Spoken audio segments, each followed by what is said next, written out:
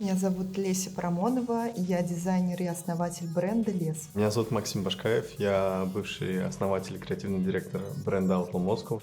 Меня зовут Владислав Иванов, бренд, который я представляю, называется Sleep. Ободянская Светлана, шоурум, бренд платьев GMB Studio. Меня зовут Виктория, я дизайнер бренда Mizanstand. Меня зовут Родионов Денис, я основатель компании Rabbit Loafers. Меня зовут Константин Шиляев, я дизайнер оптики и креативный директор брендов Кашима. Меня зовут Лена Юрьева, я представляю бренд Blanco Moscow. Меня зовут Гайдукова Юлия, я основатель двух брендов. Первый бренд – это Батруа, и второй бренд – это Фуфа. Меня зовут Анастасия Сергеева, я создатель, совладелец двух брендов. Бренд женской одежды Батруа и бренд тату-перчаток «Главные».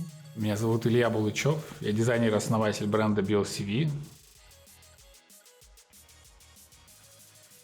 Если говорить о влиянии пандемии, то мы здесь скорее восприняли это не как угрозу, а как некий вызов. Нам удалось сгруппировать свои силы, как-то по-новому посмотреть на текущие реалии, что позволило нам вырасти, в принципе, после пандемии в 4 раза. Пандемия сказалась особенно на сроках по большей степени, потому что задержали материалы, задержали поставки. Ну и, конечно же, продажи тоже меньше были из-за того, что все сидели по домам. Нас спасло именно то, что наша компания была основана как онлайн-проект, и 95% наших продаж – это онлайн-продажи. Поэтому, когда был локдаун и практически все сидели дома, перешли на онлайн-покупки, наши продажи фактически выросли где-то на 30%. Мы не смогли показывать новые коллекции, какие-то коллекции мы вообще отменили, остановили производство. И в данный момент мы сфокусированы на российском рынке. Мы выросли более чем в 10 раз за ковид. Объем увеличился как в единицах, так и в деньгах. Мы можем похвастаться ростом продаж. У нас хороший e-com, у нас прекрасный сайт. Текущее состояние у нас состояние роста. Ковид повлиял положительно, потому что мы были полностью онлайн. Не хочется сильно хвастаться, но у нас все хорошо, более чем. Да, в первую очередь это материалы, с которыми работает дизайнер. Это нехватка финансирования. Мне кажется, материалы – самая большая проблема. Комплектующие, фурнитура, ткани и качественное сырье. Достаточно сложно получить небольшой компании, да, потому что все мы относимся к такому микробизнесу на текущий момент, на финансированию банков. Проблемы есть с швеями, с маленькими центрами, где дизайнеры могут пробовать шить небольшие партии. Мешает развиваться, это недостаточное количество квалифицированных кадров и производства. В Москве на данный момент это выход за рубеж. С очень высокими таможенными пошлинами и с тем, что нужно сертифицировать практически любой возимый товар. Недостаточно компетенции. Когда вы открываете свой малый бизнес, вы должны быть одновременно как минимум 10 специалистами в разных областях. Все фэшн на коленке, наше главное правило, потому что или же нет объемов, или же нету оборудования, или же люди, которые работают и знают оборудование, они их единицы, и они требуют или же больших бабок, или они уже пристроены на своем деле. Собственно, невыполнение сроков, срыв дедлайна. Продукция не всегда соответствует, не всегда проходит контроль качества. Мы получаем до 10% брака стандартно. Отсутствие персонала необходимого, обученного, да, то есть очень мало специалистов, которые готовы налаживать коммуникации правильные с оптовиками, которые умеют правильно развивать выход на европейские рынки, правильно позиционировать бренд.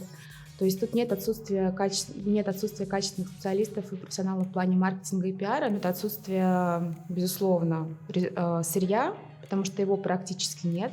Нет предпринимательского кластера, где люди, близкие к отрасли, делились бы своим опытом, делились бы контактами, взаимодействовали, коллаборировали. Нет единого кластера, который бы мог всех людей объединить с общими болями, проблемами и интересами. Единого такого кластера и с комплектующими, и с пошивом, и который делает небольшое количество, и образовательное, все в Москве, как единого кластера такого не существует. Я стараюсь просто вот своими силами выискивать какие-то старинные, вот, предположим, русские производства, которые существуют до сих пор, просто о них мало кто знает. Если мы говорим про комплектующие, мы закупали, которые есть на рынке, максимально хорошие аналоги того, что мы не могли купить в Италии, во Франции. Да. Мы решаем это с помощью нетворкинга, с каких-то существующих, наработанных знакомств. Самостоятельно изучаю материал, слушаю лекции. Есть довольно известные школы Fashion Factory School, разные Fashion Consulting Group, разные отраслевые выставки, ярмарки, швейников. Вот единственный путь, который мы знаем, это стараться найти какие-то личные контакты. Как мы решаем эти проблемы? Очень просто, мы просто ничего не производим в России. Как бы нам этого не хотелось, приходится работать с фабриками, в частности в Китае, в Турции, где производство полного цикла. Приходится производить все за границей. Ходим на различные курсы, знакомимся с людьми из отрасли, посещаем мероприятия, выставки тканей и стараемся взаимодействовать с предпринимателями, владельцами бизнесов из смежных отраслей. Необходимо единое пространство, где, в принципе, начинающие дизайнеры могли бы что-то и отшивать, и получать знания, и получать доступ к тканям, и к фурнитуре, и основам маркетинга, и друг с другом общаться. Это должен быть огромный хаб. Не хватает единой какой-то вот системы, какого-то образующего звена, который бы смог вот вокруг себя консолидировать людей, консолидировать бренды, консолидировать производство, чтобы мы все существовали как такой единый организм. Ну вот для нас лично это какого-то шоурума, в котором будет интересно присутствовать иностранным байерам из магазинов и бутиков различных сегментов, которые действительно смогут найти хороший продукт и будут сами заинтересованы прийти и увидеть его и закупить на дальнейшие сезоны. На мой взгляд, немножечко не хватает, грубо говоря, открытой системы менторства и определенной, не то чтобы помощи совсем, да, а скорее всего смарт-мани не хватает умных денег. Вот если просто заливать деньгами дизайнеров, которые не знают, что с ними делать, это не приведет к добру. Конечно, в идеальном мире дизайнер обращается, в общем-то, в этот кластер и находит там ответы на все свои вопросы. Должно быть общее творческое пространство, где люди могут и рисовать, и фотографировать, и учиться, и иметь доступ к студиям, и к лабораториям, и тканям, и к разным пространствам. То есть это некая площадка, там условно назовем это там, большое, не знаю, помещение, здание, да, где располагаются представители индустрии, причем в абсолютно разных форматах. Это могут быть и офисы, шоурумы брендов, и какие-то небольшие производства, и агентства, которые занимаются маркетингом, помощью брендам. Это и компании, которые оказывают юридическую, там, финансовую поддержку. Соответственно, таким образом, поскольку разные компании из разных сфер, они образуют такую экосистему. В таком кластере было бы здорово, чтобы помогали с производством, помогали с, может быть, международной доставкой тканей. Шоурум некий, где могут быть собраны самые интересные, различные бренды московские и не только. Этот кластер прежде всего должен быть общеизвестным.